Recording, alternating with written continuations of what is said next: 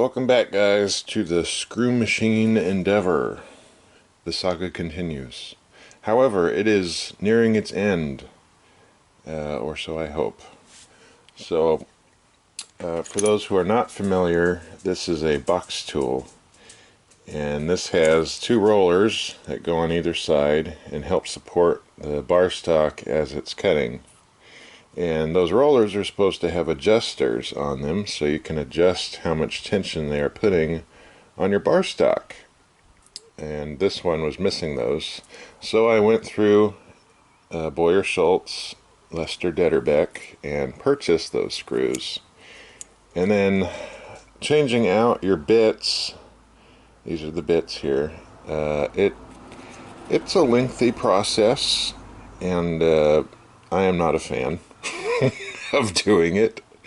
And so I went to the owner of this machine and I looked up Soma Tools, and here is a nice shiny ASTT00 box tool. And this, as you can see, has an insert with 4 cutting edges that you can just undo that one bolt, flip it, and you're done. So these are not cheap. This one is $1,100 for this. But the time you save compared to 15 minutes changing a tool out, or 30 seconds just flipping that insert, and you're back to going. So the goal is to get this one installed in the machine, get everything rigged up, and then I'm hoping the chip break on this will be a lot better than the high-speed steel carbide insert there. So figured I'd show it off while it's still all shiny and new. They have multiple things you can buy on Soma.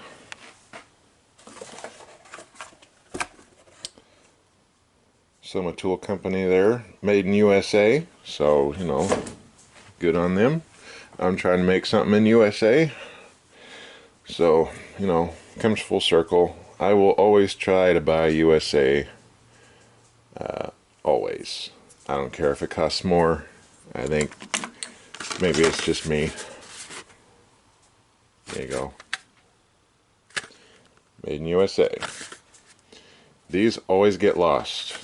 They are the 10mm socket of the machining world. Also the metric sets, which I use all the time at work. So we are going to install the nice shiny tool. Also, you only get one insert. I figured if you bought a tool you'd get, you know, a box of inserts, but no, you only get the one. So I'm going to get it to work with the one and then order the inserts. They are about $30 or so a piece. Each pack is about 10 inserts, so it's about $200 and something for a pack of inserts for these. However, your tool life and the ease of changing it out are well worth it, in my opinion. So we are going to rig this up and get her going here. I also got 2 brand new buckets of lube here.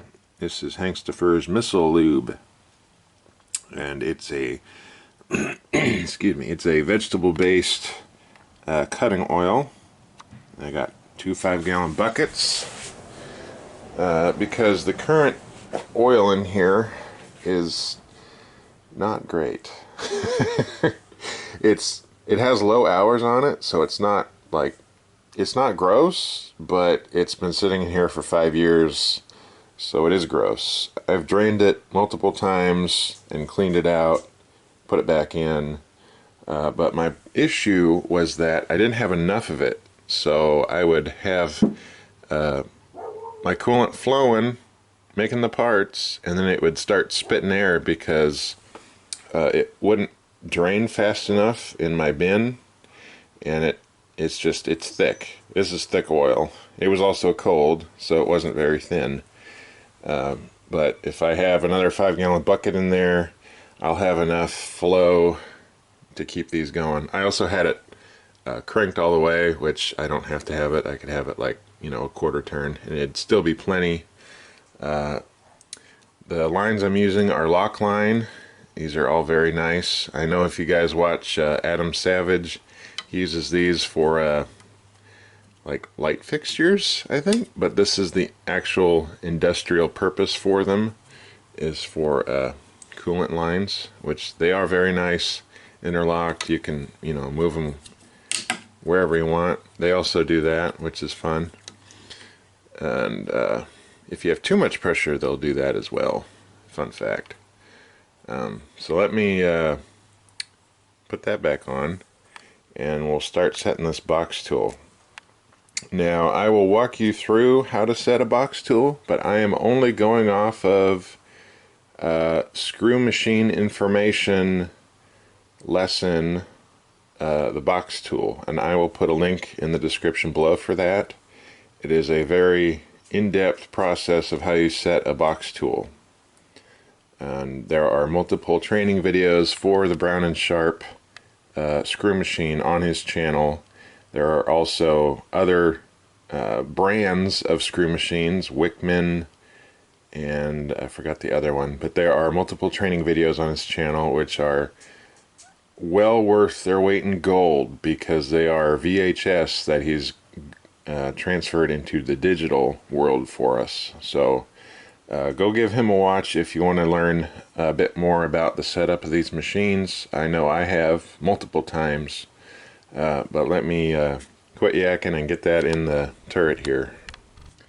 Alright, so I got it installed, and the first thing you want to check is that it clears the entire rotation. So you just want to unlock the turret there, and then spin it around and make sure it clears all your points. One of the adjustment screws was going to hit, so I just backed it in a little bit, which gives me plenty of room there. So I just unhook it and rotate the turret like so. So very nice tool. It's got adjusters there, and they got it, looks like they machined the lines in it, so you have a little picker there. You can line that up. Very nice. I'm hoping it'll be a winner. And the thing with this is that once I put this tool in and I have it set, you're done. Like, I'm gonna run like tens of thousands of these parts, and this will always be set, because all I have to do is flip this insert. I don't have to reset the whole tool, redo my whole setup to do it. The only part I'll have to do is the form tool, which I can't really make. I could probably have a company make an insertable tool, but I don't have the money for that. So the owner of the machine will provide the tooling for it as well for a period of time.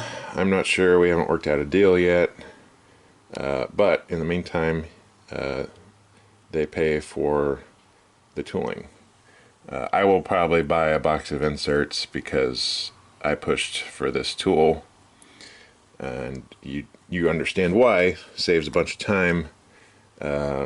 Probably will get a bit longer tool life than just the carbide inserts, or the carbide high-speed steel anyway. These are the form tools, so they just have a brazed piece of carbide on there that they form on there, and then they grind it to what you want. So I think these are about, I want to say about $100 a pop. It is a custom ground tool, all custom made in America, of course. So alright, now if I can remember what things to do here. Oh, I was looking at whenever this thing cycles, it picks up that arm, and I was thinking maybe I have it adjusted too tight on the gib, which pinches it, so it actually just moves the whole thing. So I was going to try to screw with that today. It is Saturday, so we got other chores to do besides work. But as long as we're having fun, it's not work. Remember that. So let me screw with this a little bit more, and I'll bring you guys back. Alright, well, no matter what you do, that arm's going to move because it's connected here, which is on the shaft, which rotates. So this, no matter what, will spin 180 or 360. Spin 100 or blah, blah, spin 360, which will then move that arm up. But anyway, we've been beating the poor horse to death multiple times, so we're just going to leave it alone, right? And you're just going to see it do its thing. What I have done is I changed my drive shaft speed from 240 revolutions to 120. And what you do is on this side cover, lifts up. I rotated these gears 180, so now my drive shaft is spinning at 120 RPM here. And there's a directions here for your drive shaft speed. So you also have your reversing switch. So right now, this whole drive shaft mechanism moves slower. And so since it moves slower, I doubled my feed gears. So I'm still at the feeds I need and the gross production parts per hour. So I should still be in the rough ballpark of that. I also lowered my spindle speed to 1425 to try and break a chip, because with the old box tool I kept getting this nasty bird's nest with this titanium, and my problem was that I was able to run like 5 parts in a row, but the chips would get so packed up into that box tool that they caused it to shift, and that pretty much had me try to reset that box tool, and I said, hell no, I ain't doing that. So we went and bought the insertable tool, because it's just way too much hassle changing out one of those box tools. And I'm sure if I was in this, like, you know, if I was doing this every day, I could do it probably within 5 minutes, but it is just such a pain in the ass to do. So the price tag on this is nothing when it saves you time. Honestly, I was gonna buy it, but then he offered to buy it, so you know, whatever, you buy it, you bought it, right? Anyway, let me turn this thing on for you guys, and you can see it do its thing. I don't have any material loaded right now, so it's just gonna be making noise and not doing anything. So for the spindle, we gotta flick that guy on. We gotta turn this one on.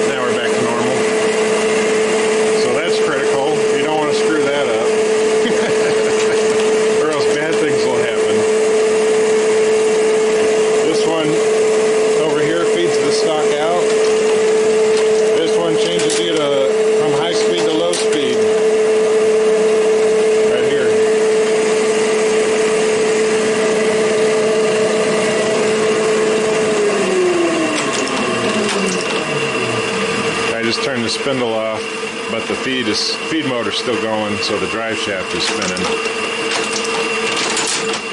And you can hear the little plunger working. It's feeding right now. It'll come back. Right there. You can tell it's not as harsh on that cam, which is what I like.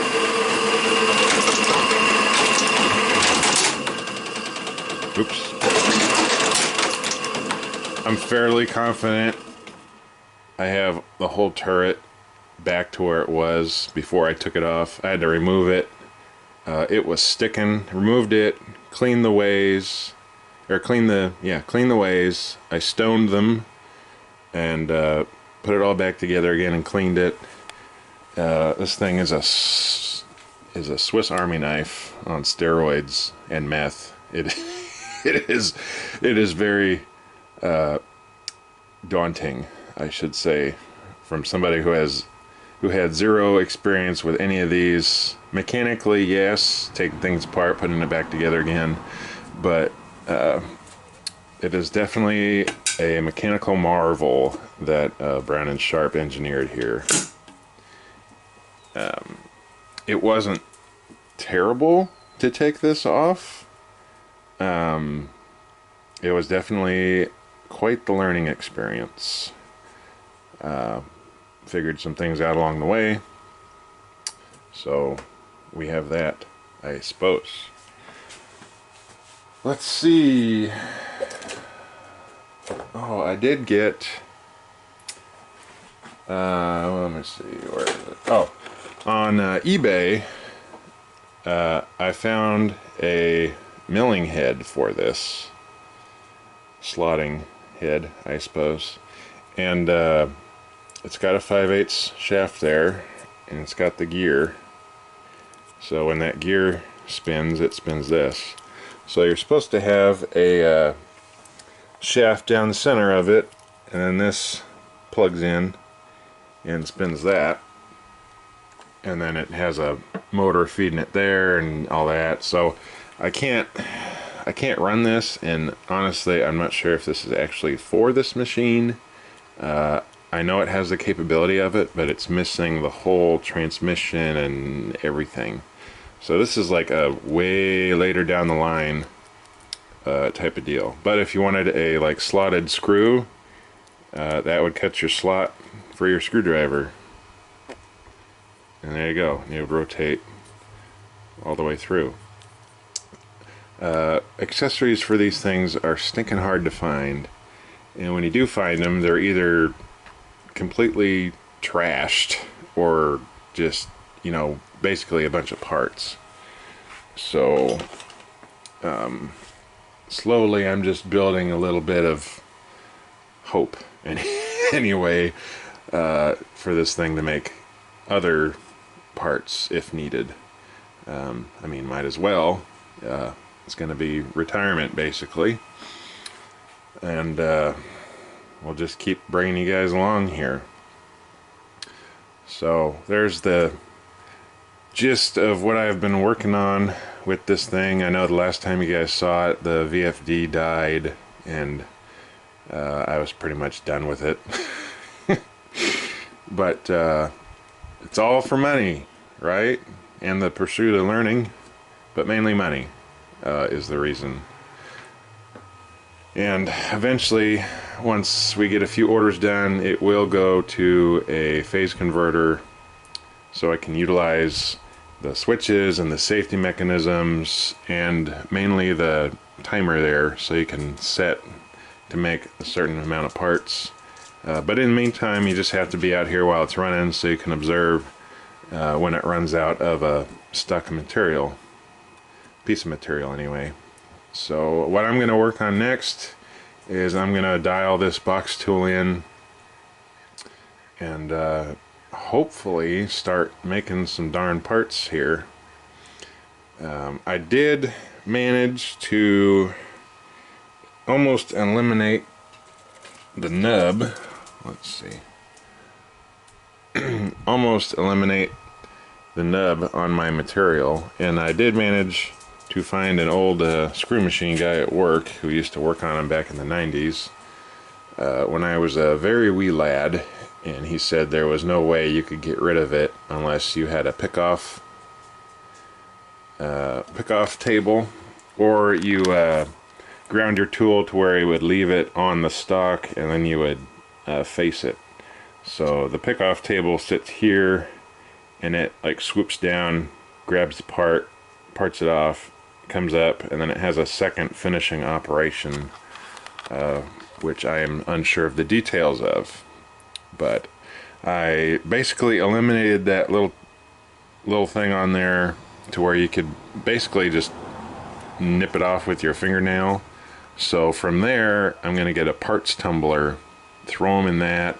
It'll tumble them, get rid of all the burrs and everything on them, wash them out, and then they'll be ready for the customer, my boss, basically. So that is the goal. I'll probably get a Harbor Freight parts tumbler.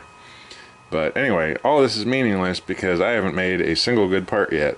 Well, I've made 5, but I haven't used any of the means right now. So let me work on setting this up, and hopefully when I bring you guys back, she will be functioning.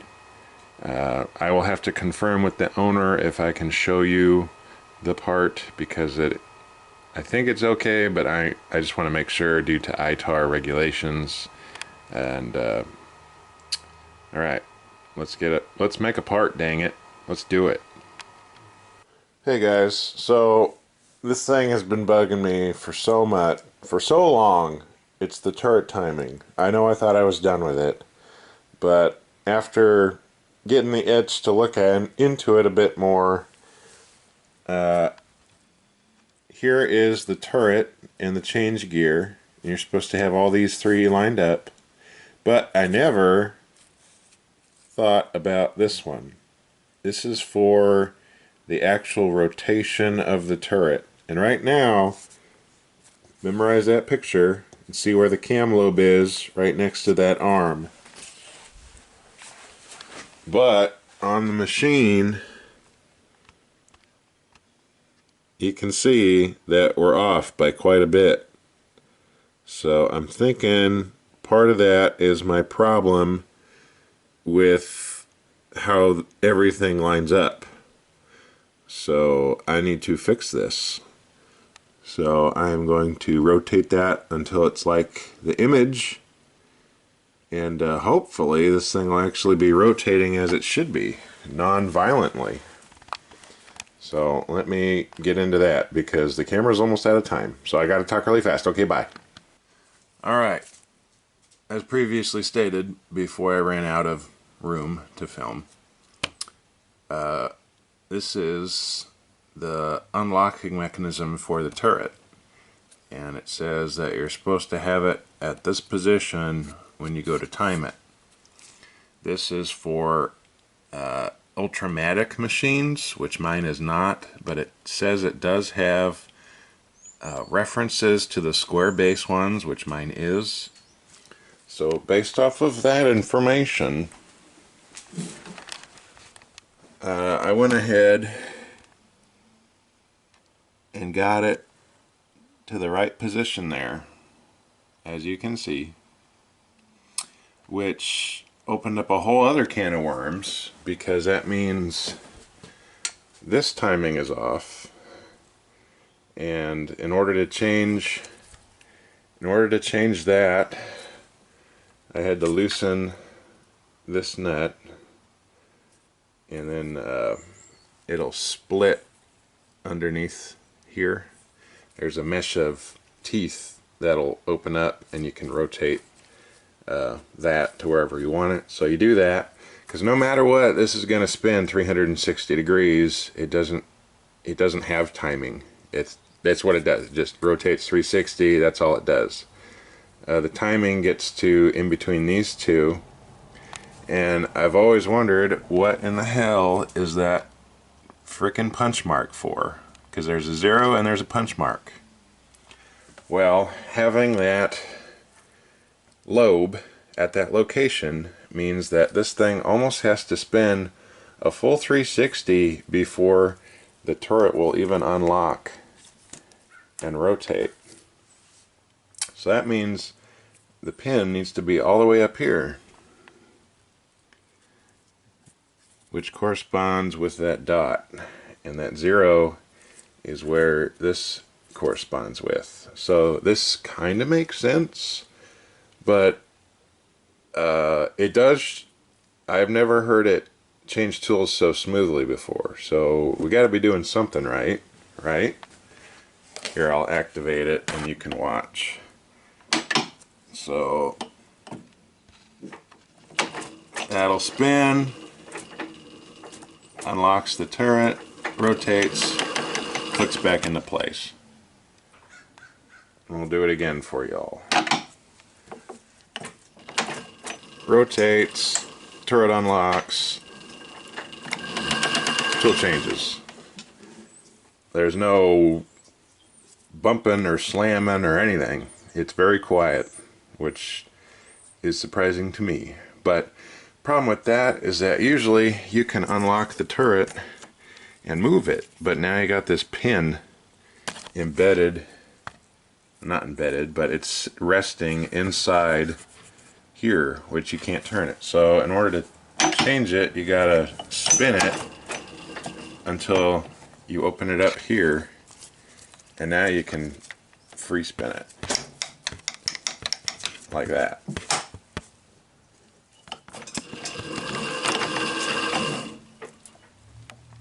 So the next step is find wherever my screw went for that, and I'm going to set it up how I had it, based on the cover, what it says this should be at and all that. So right now it should retract as it's changing, come back, rotate the turret, and then come back in, and I should hopefully not have this flipping and flopping a damn inch and ramming itself into my cam.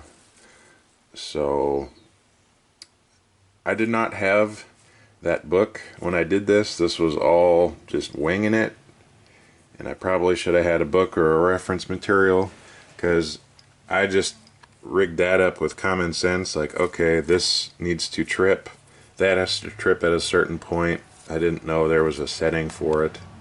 Again, a newbie here, so luckily I think I got away with it. She didn't break anything. I think I might be needing a new lobe here soon, because that one is pretty worn, but everything functions okay. There isn't any tripping. Oops.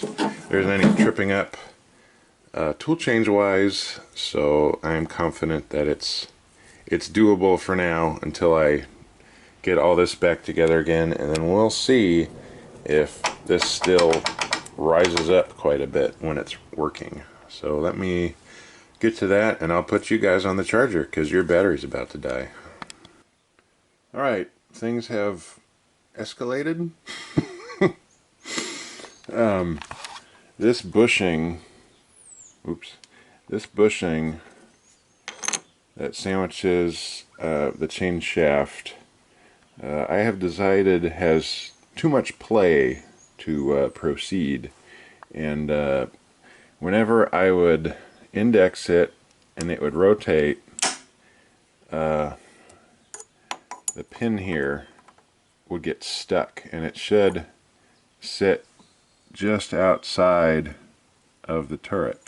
So it doesn't work when it rotates and then that locking pin of the turret doesn't snap in. It sits, it just kind of rests on it like that. So it doesn't fully lock the turret, which is a no-no. So I have been reading up on this. This has thrown, what is that saying? I forgot.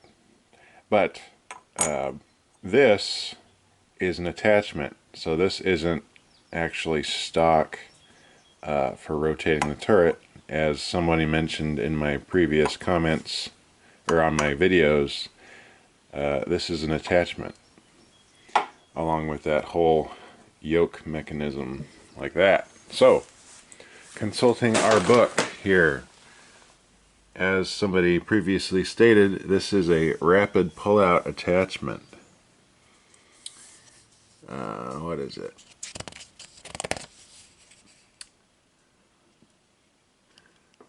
Use of this attachment will eliminate many of the troublesome problems which are encountered when drilling deep holes by the pull-out method.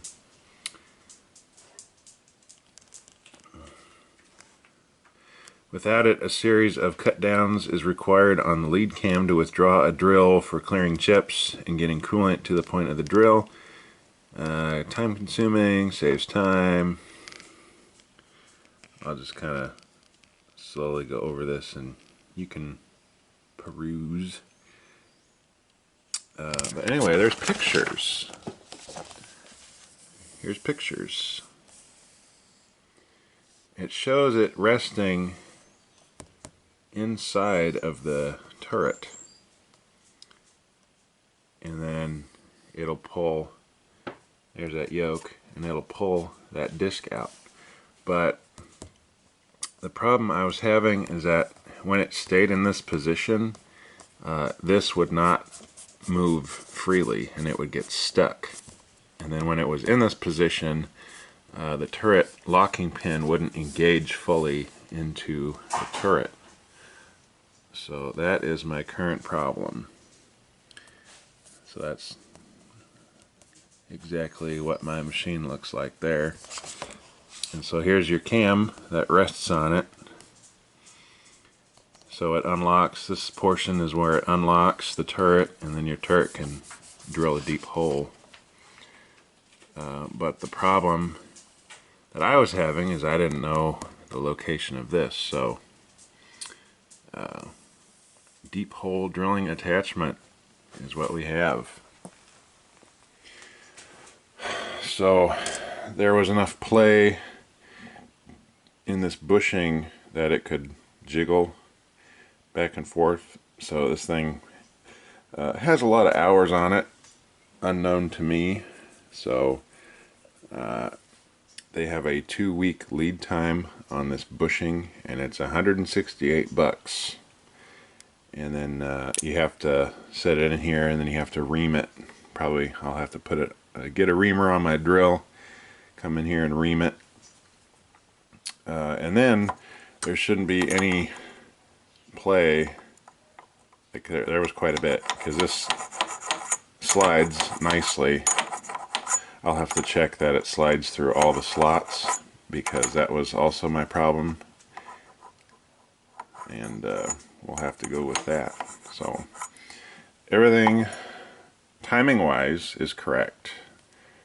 The lobe is correct.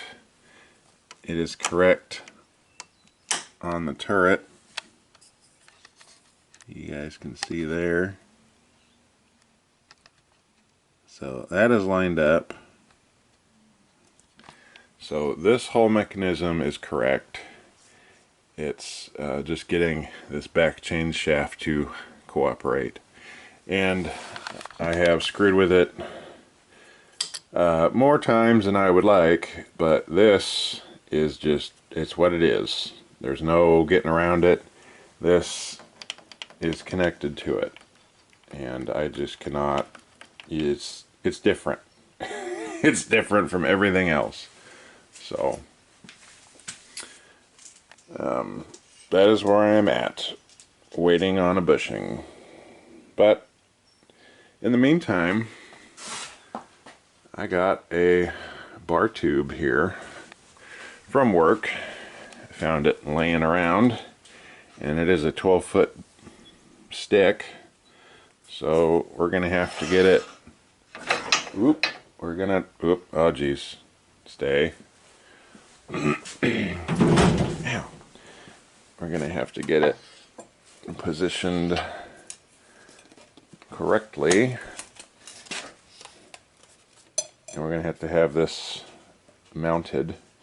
I'm probably gonna have to go with this one because it's taller, and this one is shorter by quite a bit, or find a different chunk of steel at work I can use. But right now it's not very straight and level. It's got these spacers for something, but that's supposed to come down, lock it into place. And then another factor I'm going to have is, how the heck do you load a 12-foot bar into this? Because there ain't no way it's going in this way. And you have to pick it up out and load it in and put her back down. So I might be able to snag it with the door open and then just kind of fish it down, or make it so it comes out of that and I can just fish it from the garage side right into the machine. So that is our problem solving for the day. Alright, let's get to it. Alright, well, we got the bar tube kind of roughed in here. Have it sticking away right there. That locks it pretty nice. And I know in the book it shows you lift it up on this, and then you load it that way, and then set it back down, lock it in. But I don't think I can do that, and it's somewhat there. I could make a little bushing for it there, make bushings all the way down, or just leave it, you know, not a big deal. I made one Delrin bushing for this one, so that fits nice. It has like a leather, some type of leather around it that was in there originally. And this stand is from a Ultramatic, and then this is the one I got off of eBay there. So it's a little shorter. This one's tall enough and very dirty. So if you've ever been in a machine shop, there's this, I don't know, goo that develops on everything. And since this probably came from a screw shop, it's pretty caked on there. But marked my holes for the stand. So we have our bar tube set up, and it looks like this one was an air assist. It had this dead air fitting threaded in there, and then when I took it apart, this little piston came out. So I'm thinking it had air pressure pushing the rod as it was feeding it, which is a pretty good idea, but I don't know if I'm really going to need that. But when I get a 12-foot stick and fish it in there, we'll see if it can pull it. But it's a good option to have. It's been a long time since anything went through this tube. This little aluminum deal was on the other end. On the other end here, with just a set screw holding it. So I'm not sure if that was really needed, or I could always make an adapter step down for that, but then you gotta fish the rod all the way through it. So if I would, it would be a bunch of Delrin little sleeves that I would push all the way down it, so it would have a guide that it could slowly go over, instead of you get the racket of the tube spinning around in there. Because when that spindle's spinning, you're not spinning just a little section, you're spinning the whole 12-foot long bar. So that can either be really loud, or you can either make it really quiet, and I'd rather make it pretty quiet. So might have to end up making some sleeves at work. Have like 10 or 12 so into the bar all the way down. I did make it level-ish. I tried making it level, and I'll fine adjust it here as we go. See, we're level in the middle, but not so much the sides. We're like acceptable, I guess. But I was going to Scotch Brite it and give her a quick tss, probably black, you know, match the rest. Or Farmall Red, you know, there's an idea. Maybe Farmall Red. Let's see. Well, to my surprise, look what showed up in the mail today. So I already got the bottom bushing installed. I took the biggest pair of channel locks I own, or adjustable pliers that is, and pulled the old ones out here, and they've been in there a while. And does this look like almost $200 right there? Well, you better believe it. So I got the second half that goes into that cap, and then the shaft sits in there like so, right? And I will say the play is so much better. I can't even do what it was doing before. I can barely move it side to side, but it was so egged. It was so egged in there, it could wobble, like at least minimum a 1/16 it could wobble. So these are egged out. So those are junk, which they're supposed to be junk. And the shaft diameter is good, so that's good, because I'm sure this shaft is not cheap. I got them through Lester Detterbeck. It said made in England on the box. I'm not sure if they contracted out, or maybe there's a plant in England that still makes. Ran out of memory, but I don't know if there is a plant that still makes them. But here's the box that they came with. There's the part number. Ah, a nice little box. And it came with a beer koozie. I mean, a drink koozie. Very nice. We'll have to put that to good use here. It's been a while since that little clip that just happened. And if you haven't seen it, there's a little clip of this rotating.